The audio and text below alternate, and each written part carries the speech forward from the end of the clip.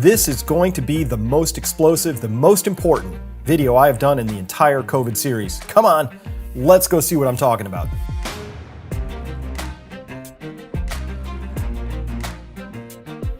Hello everyone, Dr. Chris Martenson here. I am going to show you the explosive information that we have today on ivermectin. Stop the presses. This is it. We have it now. I know I've been talking about ivermectin for months and months now, but now all the data is in. There is no more excuse not to be using this. If your doctor, if your health provider is not providing you with ivermectin and you think you've been exposed or you have been exposed or you have COVID, they're guilty of malpractice at this point in time. Incendiary? Let's take a look at this and see what I'm talking about. All right, moving into the data here. Ivermectin works. This is the title of this one right here. It works. Underline. Full score. Stop the presses. Don't need any more data. It'd be great to get some more. But meanwhile, what are we seeing out there in the world? This is just headlines from today. I found these off of Reddit mainly and one off of Google there. Look at this. Look at this. U.S. reports 3,100 coronavirus deaths. It's awful. 20% more than the previous record, as long as we're keeping records that way. I'm 23 years old and I've just had a stroke. Arizona man goes viral after COVID-19 experience. The LA mayor is implementing new coronavirus lockdowns. Cancel everything, they're saying at this point in time. More Americans died from COVID-19 yesterday than on 9/11. Married couple, 50 years, they die on the same day from COVID and toll near 400,000. This is awful and preventable. That makes it doubly awful. Here's what I'm talking about. This is for all doctors out there, everybody in the healthcare provider space, anybody who's in the business of treating COVID patients, PAs, nurses, anybody, even if you're treating at home, you have to be aware of this paper that's come out. And this is review of the emerging evidence demonstrating the efficacy of ivermectin in the prophylaxis, that's the prevention of even getting it in the first place, and treatment of COVID-19. I've been on this for a long time, but thank you to these people here for putting this together. Beautiful, beautiful review. I'm going to cover just a little bit of it, just enough to make the point, but it's worth reading in its entirety. And if you're in the health space, you got to read this in its entirety.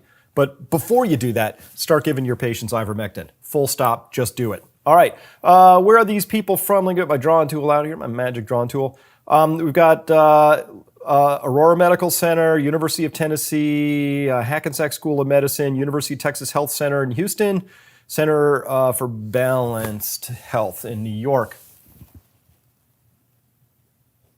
Where's the NIH on this? Nowhere. Where's the government? These are doctors. These are the frontline doctors. And of course, just like the people who put together the Math Plus protocol, frontline doctors are doing this. The multi-tens of billions of dollar medical apparatus at the U.S. government and also in the U.K. and in France apparently doing nothing. But that's an editorial comment for another day. Let's get now into this study. Check this out. This is a figure 2 from that paper. It says a meta-analysis, so that's combining the analysis of a bunch of different studies all into one place. A meta-analysis of mortality outcomes looking at death from clinical trials of ivermectin in COVID-19 hospitalized patients. So now we're talking just about people who are already in the hospital. So these are what we would call serious, if not severe cases, okay?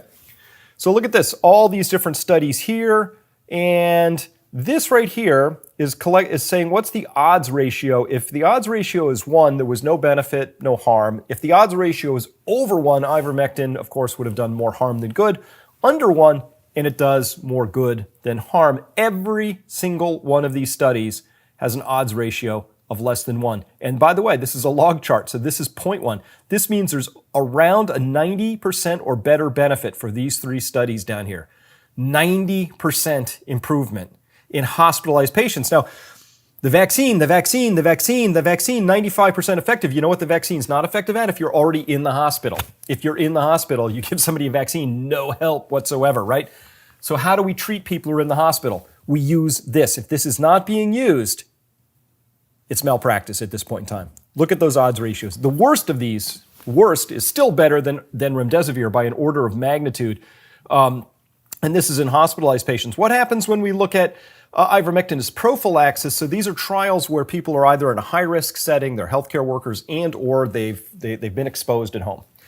And then they've been given ivermectin before they've shown any symptoms at all of COVID. And so the question is, well, how does it work under that scenario? Look at this. Here's the odds ratio of 1. Oh my God, all of these down are clustering around 0.1 or less, so there's a 90% blockage, or better, roughly, depending on the study we're talking about, blockage of developing COVID at all. Unbelievable. This is urgently important. You need to know this, everybody. And if you're a doctor, if you go to your doctor and you say, I've been exposed, I think I've been exposed, I'm feeling early symptoms, and they don't give you ivermectin, drop that doctor, go to the next one. You got to find it right now, because this is how not only you're going to prevent yourself from maybe getting COVID, the disease, but as I'm going to show you, it goes even further than that, maybe prevents you from having all of the horrible effects that we know come from getting COVID for the long haulers and the people who have mild cases who have heart conditions and brain fog and all that awful, awful stuff.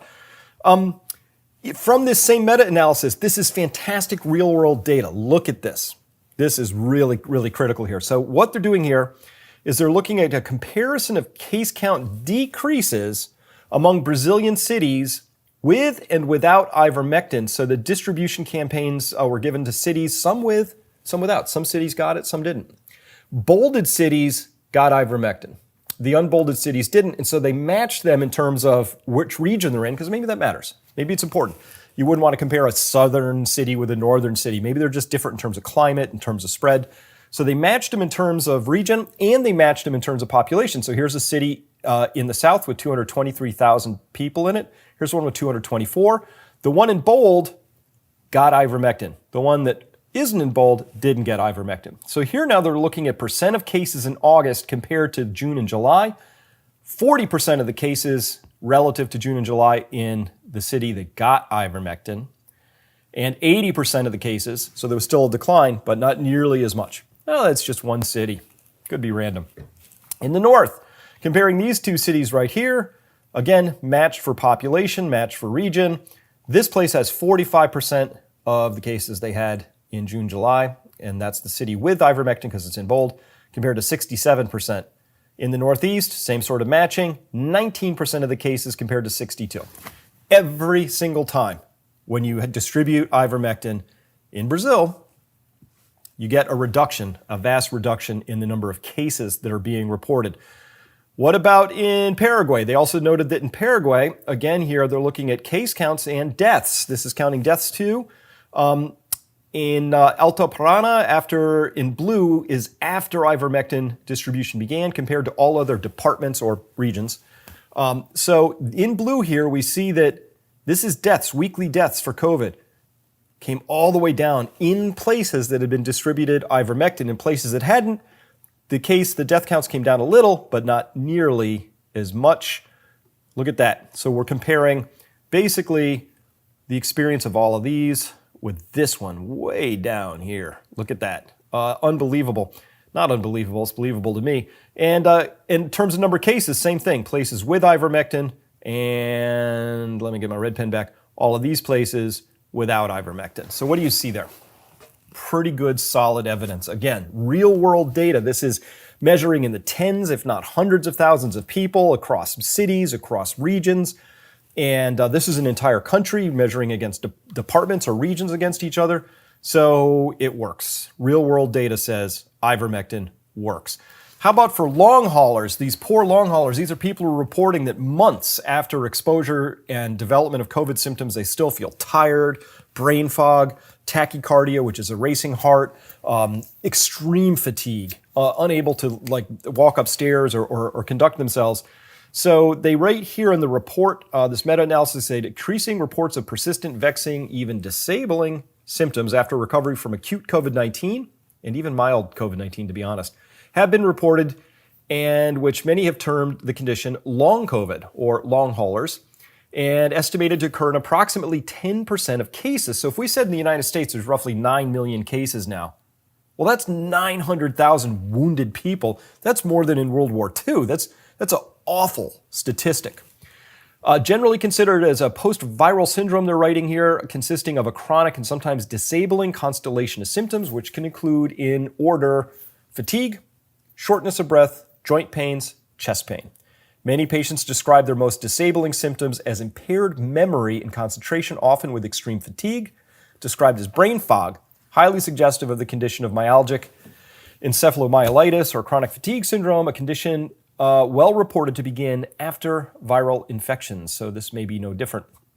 Continuing on, they write in particular with Epstein-Barr virus, which, by the way, COVID is known to reactivate EBV infections, so it might just be damaging the immune system to the point where it allows an Epstein-Barr virus infection that was sort of fought to a stalemate a long time ago in your life to reemerge because you're so weakened. All right.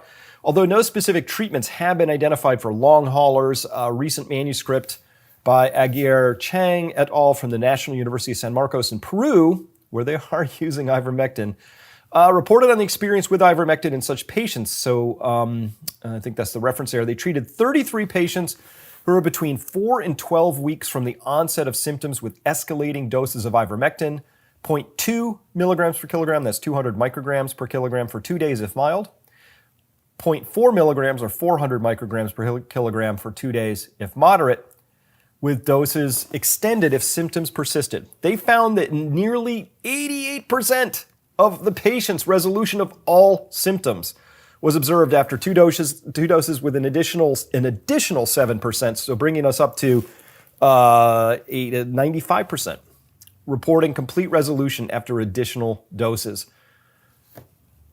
Long haulers, you finally have an answer. If I'm a long hauler, you know somebody who's a long hauler, if you feel like you have symptoms, they're not going away, ivermectin, and it's not that hard. These are very, very safe doses to be taking. It's a very well-tolerated drug. There's no reason not to try this if you're in a long haul situation. The number of complications that arise from ivermectin, tiny. So talk to your doctor about this, and if they can't help you, find one who will, because this is important. This is your life. Don't accept squat from an ignorant person in the medical system. And by the way, Fauci's ignorant and the NIH is ignorant for not including this. Still to this day, this information is not included in their treatment guidelines at the NIH. It's beyond malpractice at this point. I'd call it criminal. It's that bad. Those people all deserve to lose their jobs. Editorial comments over. Now let's get back to the science. All right.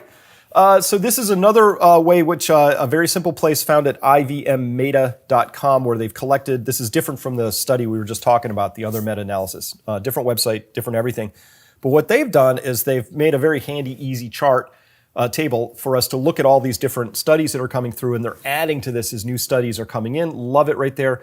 Looking at the treatment time. So we got early treatment, late treatment, pre-exposure, post-exposure, prophylaxis. The number of studies reporting positive results, so it's 3, 12, 4, and 2.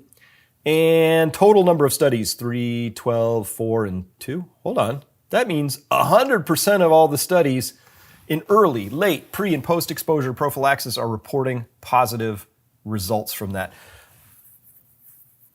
What would the odds be of that just being due to random chance? Like ivermectin doesn't actually work. All these studies just randomly came up with that result.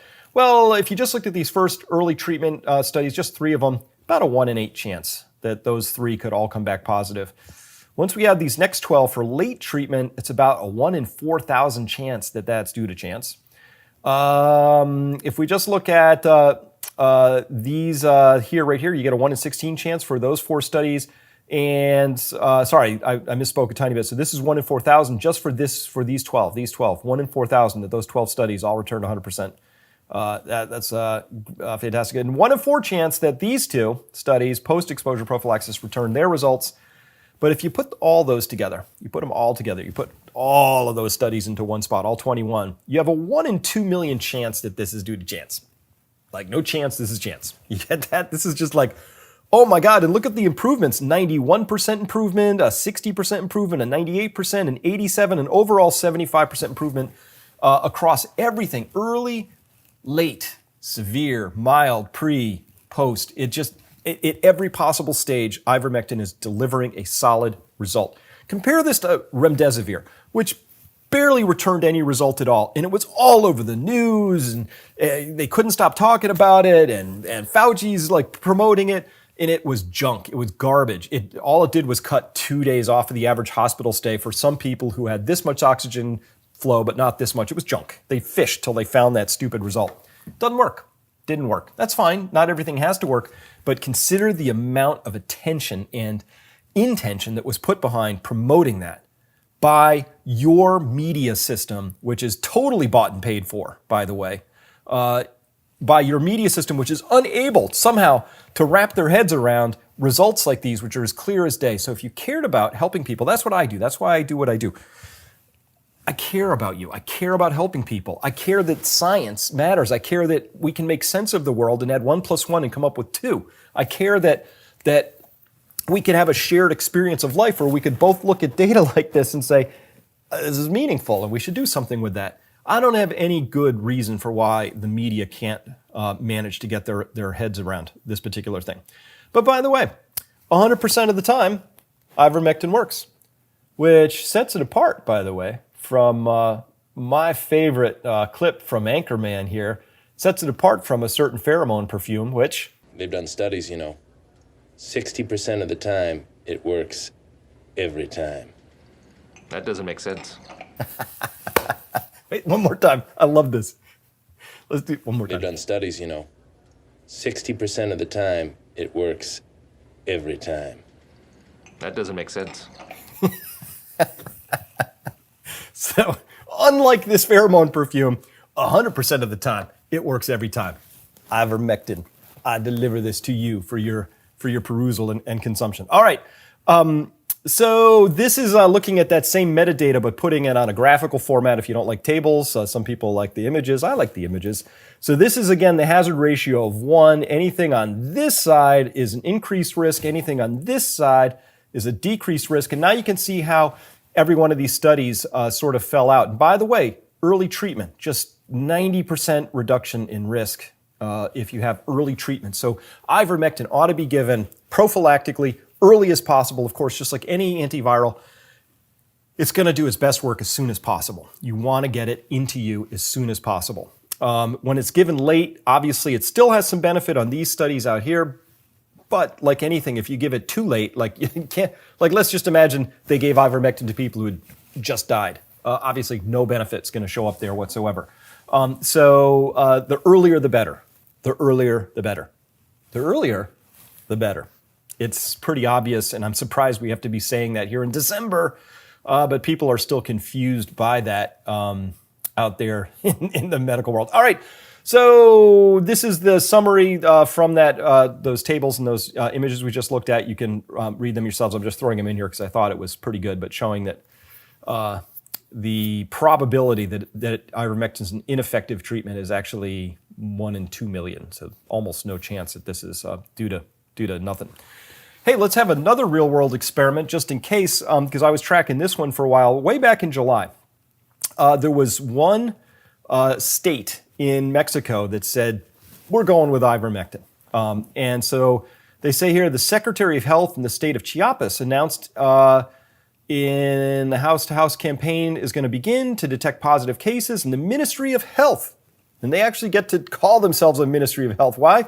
Because they indicated this campaign involves the house-to-house visit of medical brigades whose purpose is to find positive cases of COVID-19 and provide 10,000 drug kits that include ivermectin, indomethacin, azithromycin, paracetamol, oseltamivir, and calcium. Wish it had vitamin D in there. Doesn't matter. They had the magic ivermectin. And this treatment will be for 7 days. So they're going to have 7 days of treatment. So, gosh, I wonder what's your prediction based on everything we just saw? What would your prediction be for what the result would do? How would we look at that? Let's imagine we could look at all the different states in Mexico and ask the question, how many people, let's normalize for population. So how many people per 100,000 in all the states in Mexico are now dying from COVID, right? That would be a pretty good test. Hey, fortunately, we get that data right here. Total COVID deaths before July 31st, so this is before their campaign could have taken effect. You can see here deaths per 100,000 people. Green is better, red is worse. It's a spectrum.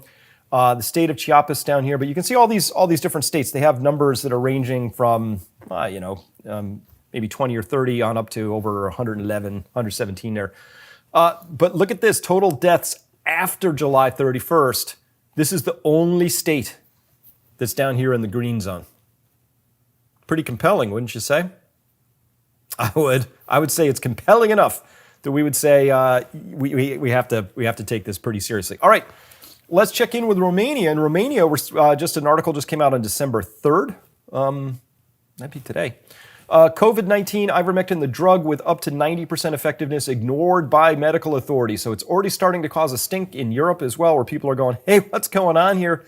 And they say here in recent weeks, several randomized controlled trials, which are supposed to be the gold standard, we're supposed to listen to those, have concluded that ivermectin is effective as a treatment for COVID-19.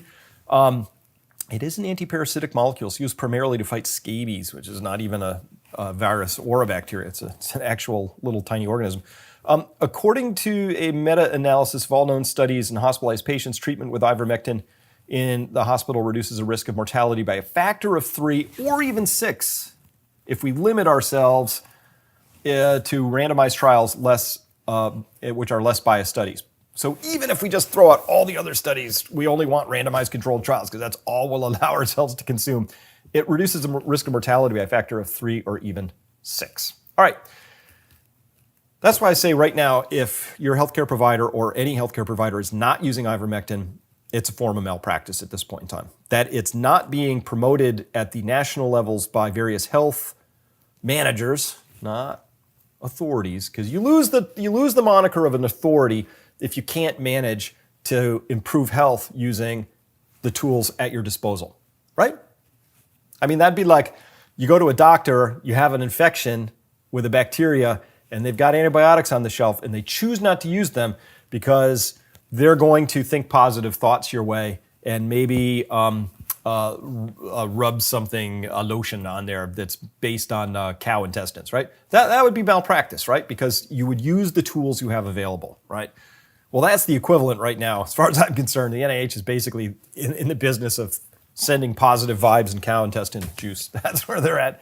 All right, this is the summary right now. Ivermectin works as pre-exposure, works as a post-exposure prophylaxis. It works in early stage COVID, late stage COVID. It seems to improve the lives of long haulers and reduces their symptoms, which means it probably, notice in the green, I'm emphasizing this word probably here, I'm speculating, it probably prevents long haulers in the first place. That would be a good guess.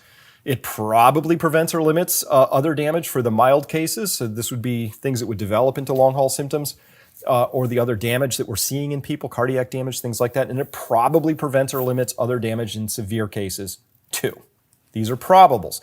We'd love to see the studies coming about all this, but we should have studies around that. All of which is to say, you got to use the Math Plus protocol. There's a protocol out there. It's designed by medical professionals. You need to have this. If you're a medical provider, if your doctor or your hospital is not using this, bring this to them. Drag them to this particular website link that I provided for you. And again, all the links are down there in the description below this. But give them this protocol and tell them that they have to run this with you or your loved ones. You don't give a crap what their policies say. And if you're stuck in a place that's in the dark ages, rubbing magic cow juice on you, instead of using the Math Plus protocol, I'm very sorry. Switch hospitals if you can. Switch doctors. Do what you have to do. It's that serious. It's time to, we're on our own now.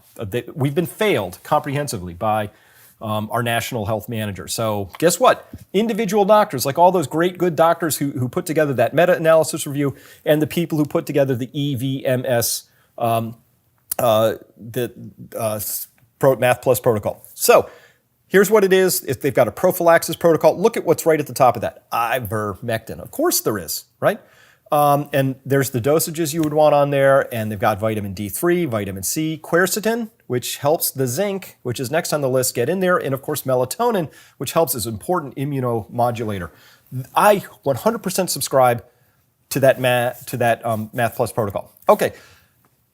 I would kind of up their vitamin D from 1 to 3,000 units a day to 4 to 5,000, personal preference. I would add selenium, another trace mineral, a trace element, 200 micrograms a day, and B complex vitamins, all of which each one of those has, there's data behind each one of those claims to say that these things can only help, can't hurt. And on the early outpatient protocol, I would also, they've got vitamin D3 at 4,000 units a day. I'm okay with that. Maybe it could be a little higher. Actually, scrap that. Get a blood test, and if your vitamin D levels are below that 21 nanograms per mil cutoff, just wallop yourself with vitamin D, tens of thousands of units to get up as high as you can, because you'd really rather be over 40 in this story. All right, but beyond that, Again, that's all I would add. A little selenium, some B-complex vitamins, but really we're nibbling at the edges. The big thing is, of course, to get the ivermectin in there, period. All right, if we were all using the Math Plus protocol, this becomes a wall of unnecessary fear, unnecessary death, unnecessary suffering, unnecessary cancel everything culture going on. I have no explanation for why some people are attached to this, like why they want to have this be the outcome. It's a mysterious thing to me, but it's not a world I want to live in, and I don't think you should either. So listen, you know what this channel is all about. We're all about using data and following the data, and when the data changes, we change. Yeah, I can't tell you. The number of times I've had people say, you were all about fearing COVID back in February, and you sound different, and I can't follow you. That's fine. The information we had in February was very different from the information we have today. Didn't know about ivermectin in February. We had images of people keeling over in the streets in China. You know, it was we didn't know what was going on. So we sift through the data, we do the best we can, but you got to be able to pivot and pivot quickly when the data changes. So the data's all in. We don't need more time to pivot. I don't need more time. You don't need more time. The doctors shouldn't need more time. Ivermectin is the bomb. The only people who might not want us to have ivermectin are those who would profit from headlines that look like this.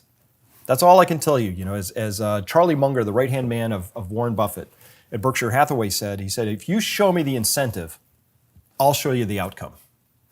We're humans. Humans are incentive-based creatures. There are a lot of people whose incentives are aligned with this wall of unnecessary fear. I get that. They can be that way. You don't have to be that way. I don't have to be that way. We're free still, luckily, for a little bit longer, hopefully, to be able to make up our own minds and to go through the data and see what it says. But for now, we don't need more data. We can fill it in, get a little bit more, run a few more studies. But for now, it's very clear. Ivermectin is the magic bullet in this story. And if you're a long hauler, you've got to get yourself some ivermectin. By hook or by crook, get yourself some as soon as you can and see if that helps improve your symptoms. And by the way, we're going to be following that as we go on through this and taking a look at that because I really want to help those people. It sounds miserable to be in their condition. So that's it. That's all I have for today. Thank you very much for listening. Let's just hope that I can say all of this and not get deplatformed by the Ministry of Truth or whatever the equivalent is out there right now because I'm just trying to help. It's just data. Unfortunately, there are people who don't like either of those things right now, and that's the world we live in. So that's all I got. Have a great weekend. We'll see you next week. Bye.